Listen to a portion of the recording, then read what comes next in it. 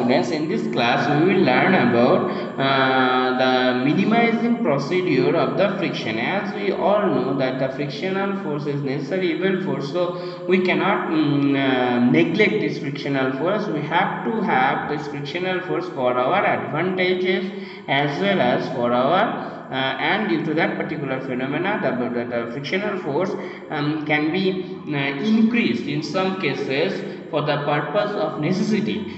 So we actually increase the frictional force in somehow to use in a effective way. So how we increase the frictional force, in this class we will learn about that. The first is the making the surface rough. If we actually consider the surface to be rough, then the interlocking between the surface and the body is increased, and due to that particular adhesive force between the molecules of that surface and the body is increased, due to that frictional force is also increased. So roughness, if you create a surface of more rough, that means the frictional force is also increased. But if we actually create a smooth surface, then the frictional force between the body and the surface is decreased.